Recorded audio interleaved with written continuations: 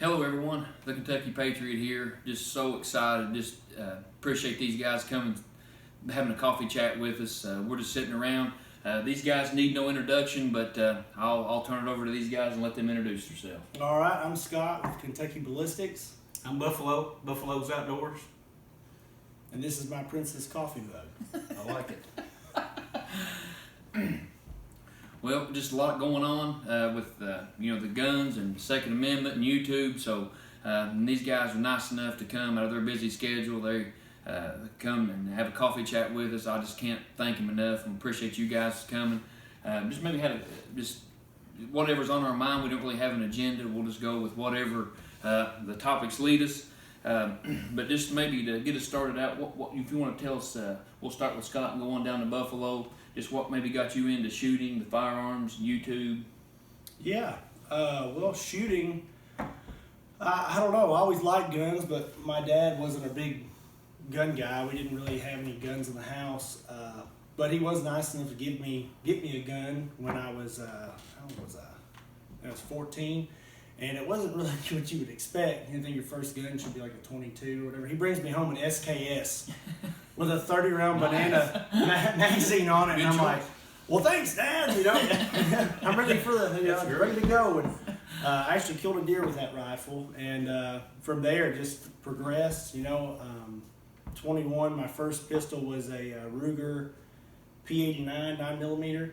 And I just loved that thing. And then my wife, she had a Smith & Wesson 686 357 Magnum, and at the time I still didn't know a whole lot about guns. So we went shooting, and I was like, well, I thought even at this point, no one had told me bullet weight, no one had told me gunpowder. So I was like, well, that's 158 grains, it's 147 grains, that's close enough.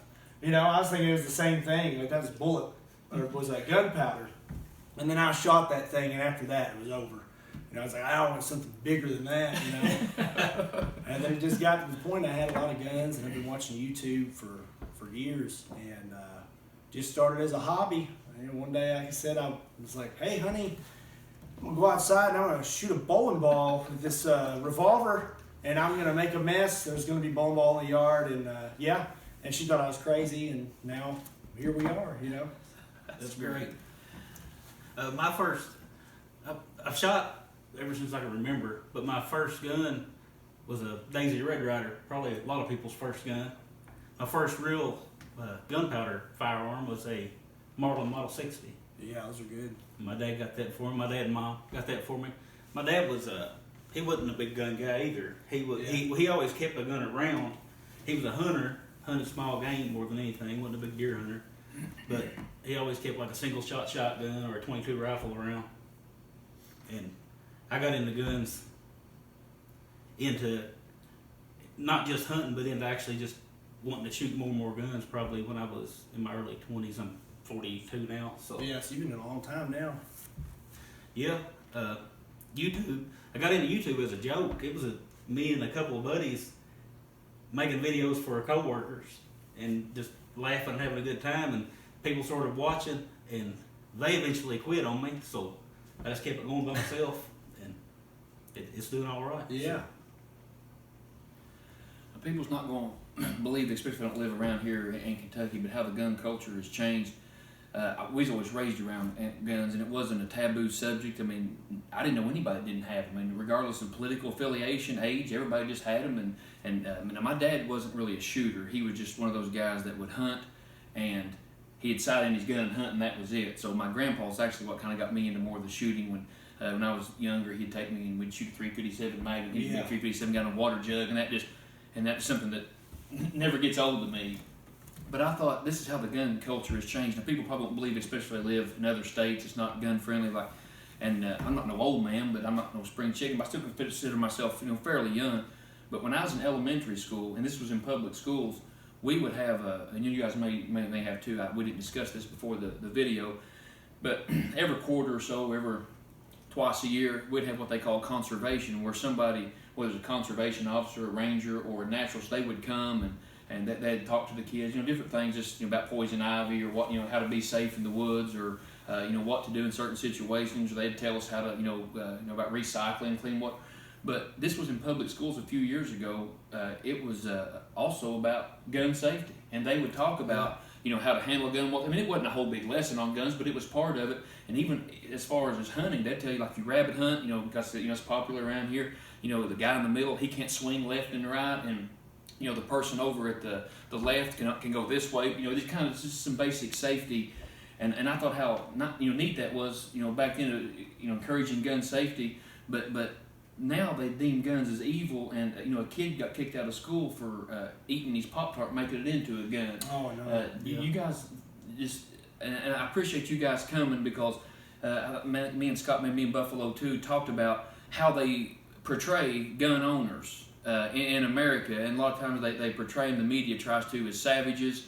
And I'm not just saying this because these guys are sitting here, but these are top quality, great, all-American guys, and they're gun owners. They love their families, they love this country, they love guns, and I think it's really unfair how even a lot of the media outlets and society has demonized the way guns are portrayed in our societies because of the actions of a few. What do you guys think? Well, I mean, I'm right there with you. I mean, it is sad that it's something, because a gun's a tool. Sure. And really, if somebody were to do something with, say, I don't know, a hammer, we're not going to try and ban hammers. It's just it's the heart of a person. It's yes, not the tool. But it's just sad the way that they are portraying guns now and stuff like that. And something that I've already been thinking ahead on is, like I have a son, and he loves YouTube, he loves guns, he loves hunting, he loves all that stuff. And I told my wife the other day, I said, what really pains me? I said, the fact that one day I'm going to have to tell him that something that he really cares a lot about, he doesn't need to tell people about that, because teachers or whoever are going to persecute him over that. And that's just sad. It shouldn't be that way. It sure is. It is sad, and the more they try to keep this stuff hidden for kids, the less they let them get educated on it. Mm-hmm. The worse. And what's bad about that is, say your kid went over to Billy Bob's house, and Billy Bob's like, "Hey, you want to go look at my dad's shotgun?" And yeah, and he goes in, but he has no firearm safety. Yes, sir. And next thing you know, either there's a hole in the roof, which that would be best case scenario. Yes, sir. But if you just take time, if they would take time to actually show firearm safety, and you don't got to worry about that stuff. And I've got a policy with my son. Anytime he wants to shoot, he knows he can come get me. I'll free the time up and I'll make it happen.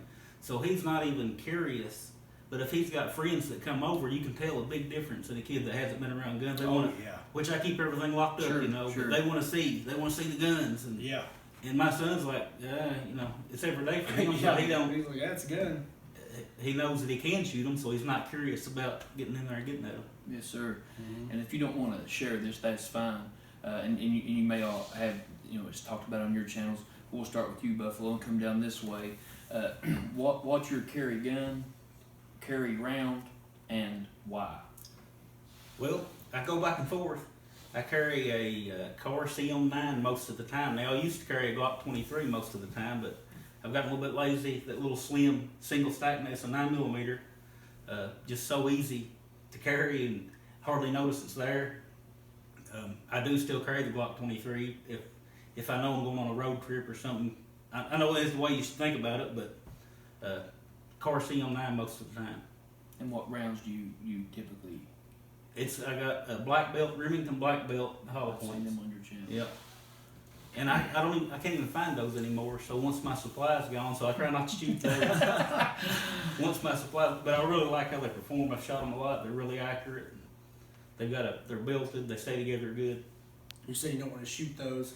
Where I always mess up is I'll be out plinking, but I have my carry gun on me. Yeah. And then it's like, well, I ran out of ammo. It's like, I do it too. Well, I'll just shoot a few more rounds. And you take your carry gun out, and you shoot all those. I'm like, well, darn it, I was on my carry rounds. And I ain't got nothing to put with your carry gun. And the carry rounds are so expensive. I know. Compared to target rounds. They sure are.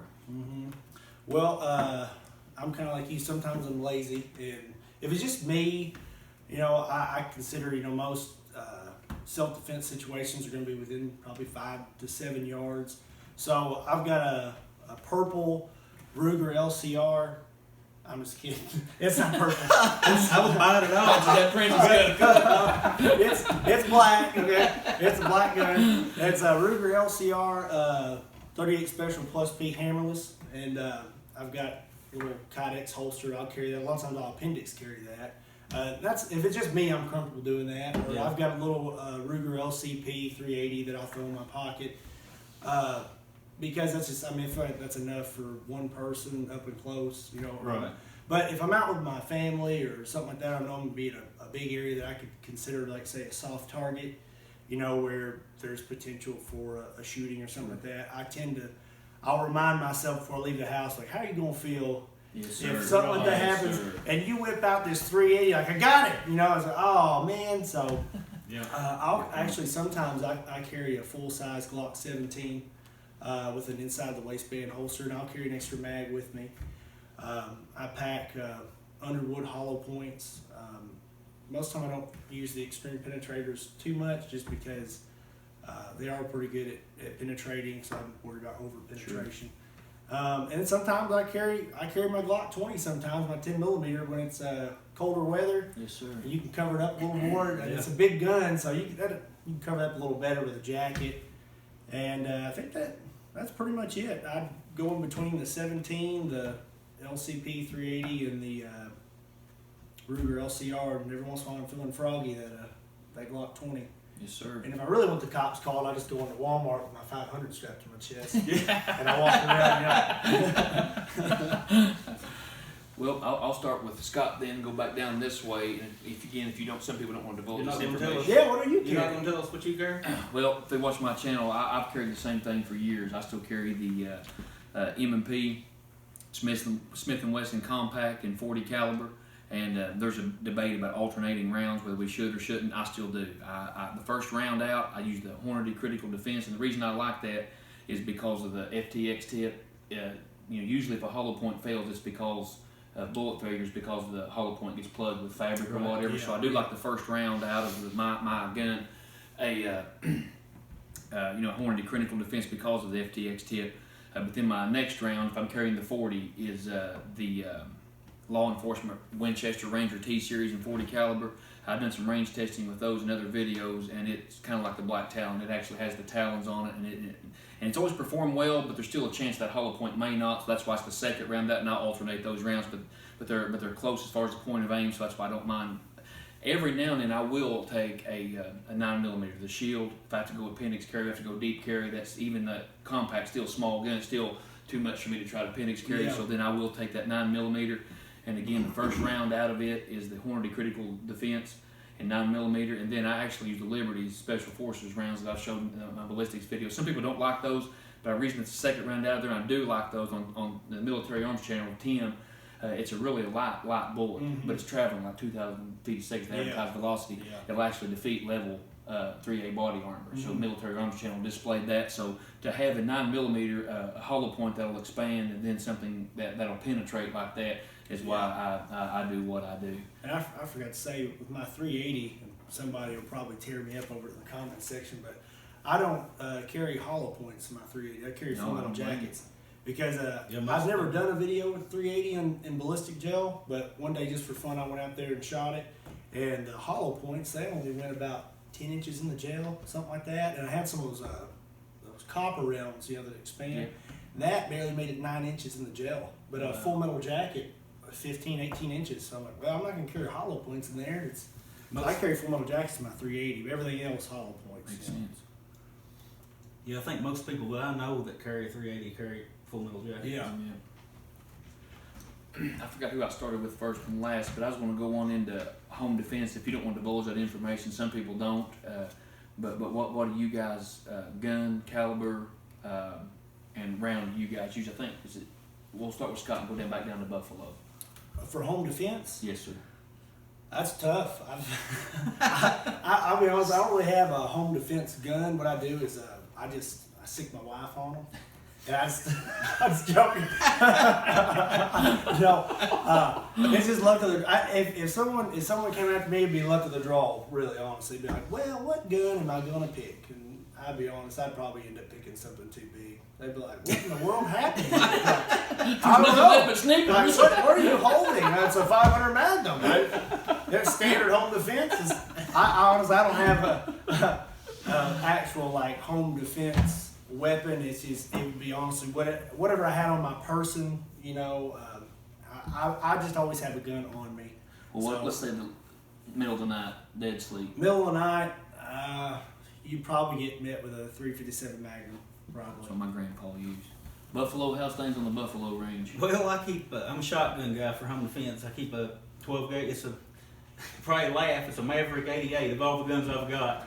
Cheap shotgun. Yeah. But it works good. Well, hey, you know that's good because if you use it and the police take it for evidence, hey, it's a cheap shot. You don't lose I get another one. No $180.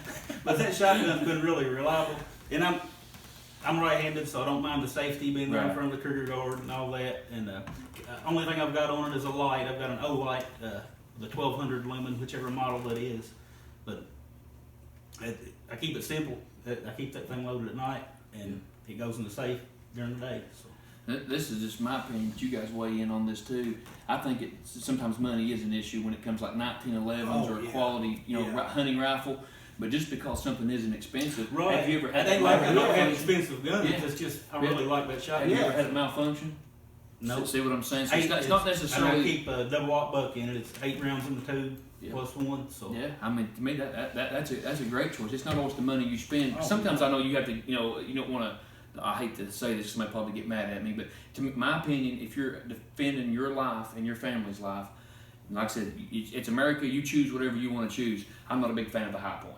Right. Now I know if that's all you can afford, then get it. You can save up for something else. But sometimes money, you're losing quality. But on something like a shotgun, that's a good quality shotgun. So don't let price. If you think, well, I don't have enough for a $1,500 Daniel Defense, I don't either. Perfect example. We're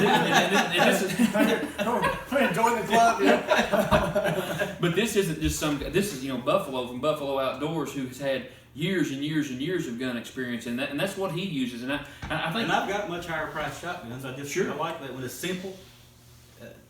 Just a simple bead up front, got a light on the side. That's it. Yeah. Yep. And that's the thing. Just a couple starting out. Cause I did the 410 videos. If that's all you got. But if you don't have a whole lot to spend for home defense, I still think you can be very well protected, just like Buffalo would say. I agree with you too. Like say the high point thing. Of course, if you could pick any gun, you walk in the gun store like, "We gonna pick?" Like, you know what? Give me that 45 high point. I want that. But if that's all you can afford, then that's your gun. And the main thing is like go train with it. Go practice it. See what ammo it likes, Yes, sir. If it's a high point, who cares? But if you practice it, you're going to get good with it.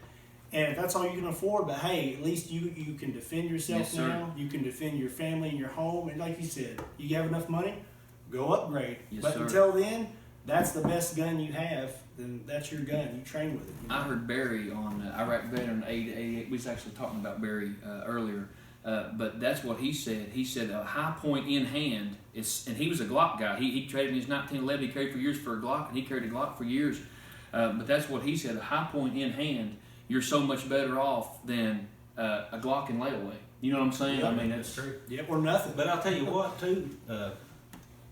Those lower end price range guns have really gotten competitive lately. Yes, sir. Yeah. Yes, There's sir. a lot of guns available in that price range with a high point now. They're Yes, not. sir. When you talk about a cheap gun, it's not just high points anymore. And I'll tell you a really good one is those Canics now. Yeah, Canic. I've heard about those. Man, I bought one of those when I first saw them, and I just wanted it as a truck gun. Something I could throw out there. If someone stole it, it's like, well, $300, that's a lot of money, but still compared to what you'd spend on like a Glock, right? It's a $300 gun, and I'm so impressed with that. And now everybody has caught wind of them, and their prices are a little higher now, but you can still get a full size Glock 19, not a Glock, full size 9mm for like around $350 or $380 or somewhere in there, and that's dirt cheap for what that is. It's a high quality weapon, and I don't know, I like them a lot. It'd be a little more than a high point, it'd be like double your money, but still Worth every penny. yeah, worth it.